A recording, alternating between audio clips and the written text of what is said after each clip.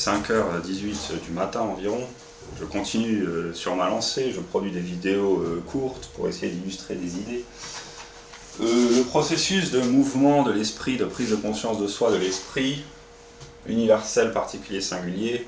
Le particulier est contenu sous l'universel, il contient lui-même sous lui les singuliers, et donc le singulier, l'individu, ce qui est concret, contient en lui les déterminations du particulier et de l'universel. C'est pour ça que dans la Bible, ils disent que l'homme est fait à l'image de Dieu. Dieu, c'est l'universel, qui se particularise en le genre, l'origine anthropologique ou génétique, la génération ou l'âge, les caractéristiques psychologiques, etc. Et ensuite se singularise chaque individu, est soit homme, soit femme, de telle ou telle origine ethnique, de telle génération, avec tel potentiel intellectuel, telle détermination psychologique, etc., etc. C'est pour ça que les êtres humains sont faits à l'image de Dieu. Tous. Même les meilleurs. Surtout les meilleurs. Bon, c'est une petite blague. Bref. Mais dans un domaine un peu plus terre à terre, comme on dit. Oui, j'essaye d'importer la pensée américaine sur sol français, je ne sais pas, mais sur territoire francophone en tout cas. Des bouquins comme celui-ci, The Pantry Primer, comment faire un stock de provisions, de nourriture pour être autonome et responsable en un certain sens. Le guide à long terme du prepper. Ce sont le genre de livres que les Américains qui ont du bon sens publient dans leur pays, parce que les Américains sont intelligents. The Americans, they are very smart, aren't they? Of course. What did you expect?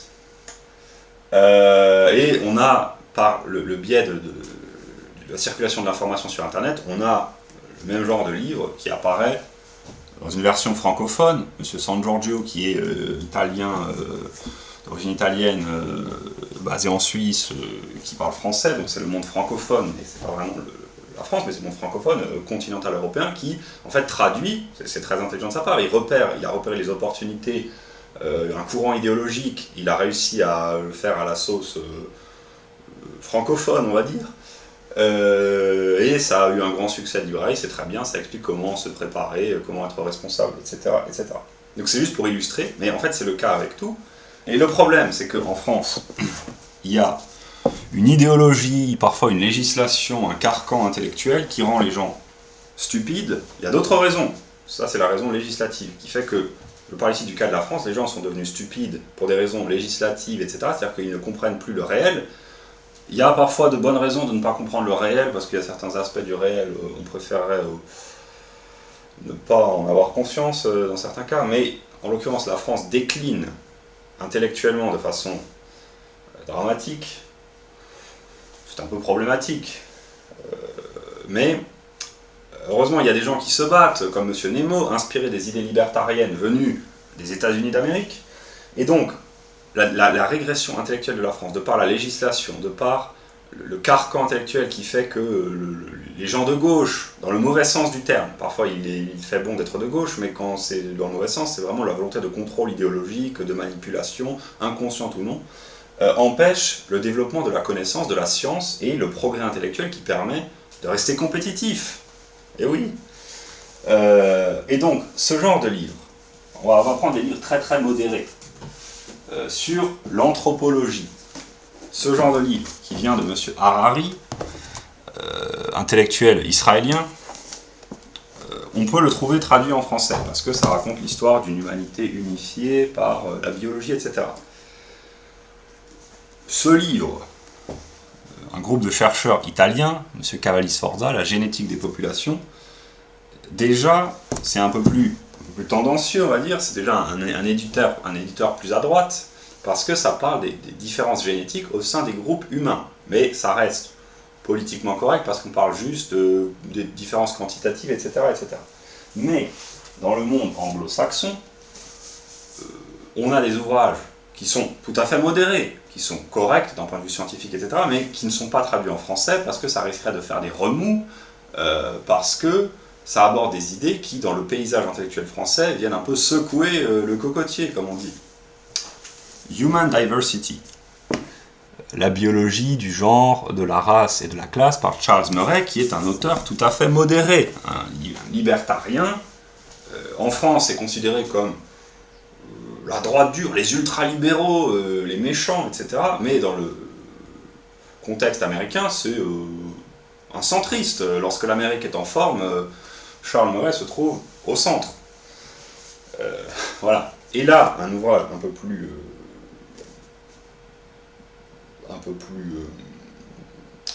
controversé tout en étant scientifiquement rigoureux, c'est publié aux éditions Penguin, un best-seller du New York Times. Le New York Times, c'est l'équivalent américain de Libération, c'est le journal des bobos de gauche.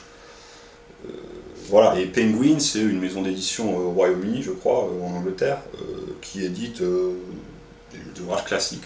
Il me semble, hein, Penguin, je crois que c'est... Alors, on va vérifier. Écoutez, c'est pas très... Pour le coup, peu importe. Mais bon, bref. C'est juste un livre anglo-saxon de monsieur Nicholas Wade, A Troublesome Inheritance, les gènes, la race et l'histoire humaine. En fait, il réintroduit, après des décennies de coma intellectuel, les déterminations génétiques qui expliquent les comportements humains, pas de façon rigoureuse, mais qui permettent de projeter de la lumière, d'éclairer, de mettre en lumière, de rendre intelligible tout un tas de phénomènes anthropologiques et sociaux, et c'est juste du bon sens intellectuel. C'est le progrès de la science. Voilà. Et M. Charles Murray qui commente nous dit c'est un plaisir à lire, cela va déclencher une explosion intellectuelle, comme on n'en a pas vu pour des décennies. Nietzsche disait je ne suis pas un homme, je suis de la dynamite. Oui, c'est pas un livre interdit, c'est simplement qu'il a des idées un peu stimulantes, le genre d'idées que les Français, quand ils étaient encore vigoureux, il y a plusieurs décennies, il y a plusieurs siècles, ils n'hésitaient pas à secouer un peu le paysage européen ramolli en introduisant un peu de controverse. C'est ça qui a fait l'histoire de France, les succès de la Révolution française. Bon, si on est honnête, il n'y a que des échecs. Rétablissons l'ancien régime, la bonne vieille droite aristocratique. Mais, justement, être de droite aujourd'hui, authentiquement, ça veut dire... L'intelligence était à gauche au XVIIIe siècle, l'intelligence est passée à droite. En fait, elle a toujours été à droite. Mais bon, on pardonne à la gauche de divaguer parfois. Parce que c'est ça qui permet de créer des challenges intellectuels. Voilà, donc, par le processus du mouvement de l'esprit, par l'accès à Internet, par le développement des connaissances, les transferts d'informations, n'importe qui sait lire l'anglais et le comprendre, le système éducatif français, bon, ne blâmons pas les professeurs, mais c'est l'ensemble du système qui fait que les élèves qui sortent de plusieurs années d'études, que ce soit au lycée ou à la fac, ils ne parlent pas toujours très bien anglais. C'est pour ça qu'il faut peut-être leur traduire, non pas mot à mot, mais le tenir au courant des dernières innovations en matière de sciences plus ou moins rigoureuses. Donc, quiconque sait lire à peu près l'anglais peut s'approprier l'esprit anglo-saxon pour le meilleur. On nous dit toujours c'est pour le pire. Non, parfois c'est très bien. Et ce qui permet de créer une secousse intellectuelle, de dire oulala, ici on a un peu... on est devenu décadent. Est-ce qu'on peut tolérer que les anglo-saxons, les vieilles rivalités franco-anglaises, est-ce qu'on peut tolérer que les anglo-saxons soient meilleurs que nous, après à tous les niveaux? Les Français, ils sont supposés avoir une fierté. Notre système socialiste qui produit des grèves tellement massives, on en est fiers, les dysfonctionnements du système éducatif, du système de santé, du système de retraite. On est fiers de notre modèle français. Il ne produit que des désastres dont tout le monde se plaint. Pourquoi est-ce qu'on arrêterait de le financer? Ah oui, pourquoi? Pourquoi? C'est une bonne question. Je vais y réfléchir. Bref, non, plus sérieusement. Oui, c'est simplement, ça illustre le processus de prise de conscience de l'esprit que par le moyen de la technologie, les gens peuvent s'approprier les dernières innovations de l'esprit, mais pas que. Alors, c'est principalement dans les pays occidentaux où il y a les moyens technologiques le temps, l'argent ou pas, mais beaucoup plus qu'ailleurs, mais en fait n'importe qui partout sur la planète qui a une connexion internet peut se tenir au courant des dernières avancées scientifiques dans tous les domaines. Ici c'est le domaine de l'anthropologie, et donc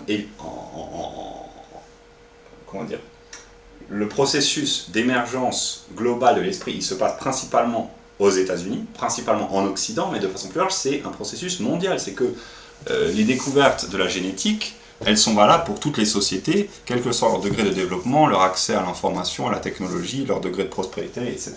etc., etc. Donc c'est un processus mondial, mais qui se rend conscient de lui-même principalement par la médiation de la langue anglaise, parce que c'est le monde anglo-saxon qui est le plus stimulant, le plus vivant d'un point de vue intellectuel. Mais il faut utiliser la vitalité anglo-saxonne pour, comme Socrate dans les rues d'Athènes faisait le temps, non pas T-E-M-P-S, mais T-A-O-N, le temps, le gros moustique, qui vient piquer les fesses du cheval pour le stimuler un peu. Voilà. Les Français sont devenus décadents. Il faut les stimuler un peu en utilisant divers moyens. Mais remercions Dieu pour les Américains.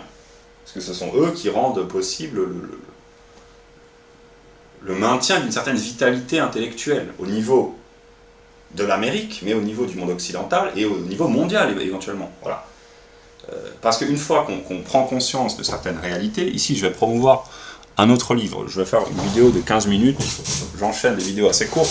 Ce livre, l'étude scientifique de l'intelligence générale.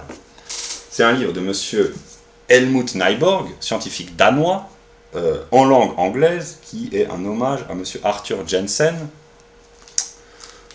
qui était, alors je ne connais pas sa nationalité, mais je crois qu'il travaillait,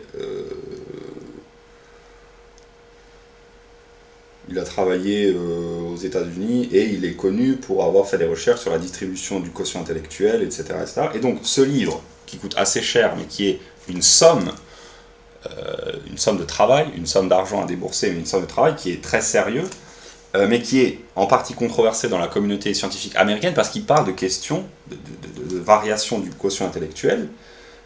Oui, M. Jensen a travaillé à Berkeley aux États-Unis. Et donc c'est un travail très sérieux sur la variété, les caractéristiques, les déterminations de l'intelligence, la façon de quantifier l'intelligence, de qualifier l'intelligence, les effets, les causes de l'intelligence, la transmission, l'hérédité ou non de l'intelligence, les différences en fonction des sexes, des groupes ethniques, l'impact sur les emplois, sur la vie sociale et économique, etc. Et c'est le genre d'ouvrage qu'on ne trouve que aux États-Unis, dans le monde anglo-saxon, on va dire, mais principalement c'est la liberté de recherche et d'investigation permise par la Constitution américaine et l'esprit, la mentalité anglo-saxonne qui permet à de tels ouvrages de voir le jour et qui produisent une connaissance universelle, c'est-à-dire que les Coréens, les Chinois, les Iraniens, les Afghans, les Éthiopiens, les Boliviens, les Vénézuéliens, tout ce que vous voulez. Déjà, les Vénézuéliens, il faudra qu'ils lisent les ouvrages sur le socialisme, ça résoudrait beaucoup de leurs problèmes, mais ensuite, l'étude de l'intelligence générale, c'est valable pour tous les êtres humains. Donc on vit une époque où, par la médiation d'Internet, la connaissance universelle devient accessible en temps réel. Donc n'importe qui parle anglais, français, ou qui se fait traduire cet ouvrage, ou tous les autres ouvrages qui parlent de la question d'intelligence de façon sérieuse et rigoureuse, ou de la diversité humaine, ou des problèmes du socialisme, ou des problèmes du système éducatif, ou des problèmes de la nécessité de se préparer, de faire des provisions, etc., etc., c'est rendu accessible en temps réel. Voilà. Et donc ça permet à l'humanité, dans son universalité, de prendre conscience d'elle-même, mais ça se fait par la médiation d'un groupe particulier de population, principalement les Européens, non pas les Européens d'Europe, mais les Européens anthropologiques, partout où ils vivent, c'est-à-dire principalement en Occident, le monde occidental, le monde européen, le monde blanc, comme on dit, qui produit une quantité incroyable d'informations, de connaissances qui sont à validité universelle. Voilà. Tout simplement. Et donc, juste pour illustrer, je vais juste prendre un exemple. La CIA qui publie ses ouvrages de faits sur toutes les données empiriques, toutes les data, c'est-à-dire les statistiques collectées sur à peu près tous les pays du monde, c'est la doctrine exotérique de la CIA, non pas ésotérique, mais c'est la connaissance rendue accessible à tout le monde. Si on complète les données empiriques sur le PIB, le taux de mortalité infantile, l'espérance de vie, la fertilité,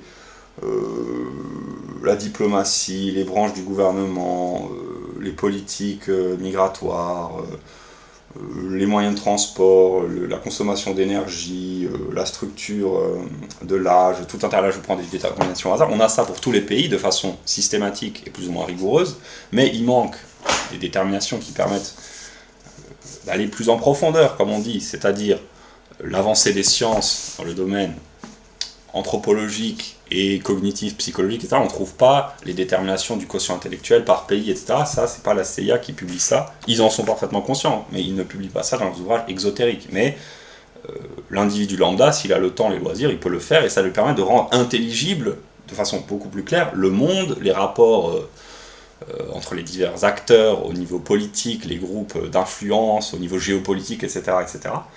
Ça permet de rendre la réalité intelligible. Voilà. Bref, je vais m'arrêter là.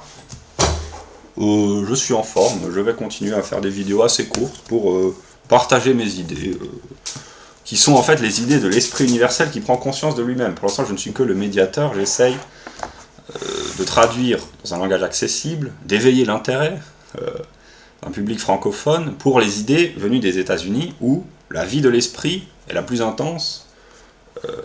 Voilà. Mais je communique maintenant en français, tant que je peux, pour secouer un peu l'âne français qui s'est endormi ou qui s'est... voilà. Donc, les anglo-saxons viennent à la rescousse pour secouer un peu tout ça et éveiller la ferveur révolutionnaire de ce vieux peuple endormi, peut-être, je ne sais pas. Non, c'est une blague, c'est une blague. Ou pas, on verra.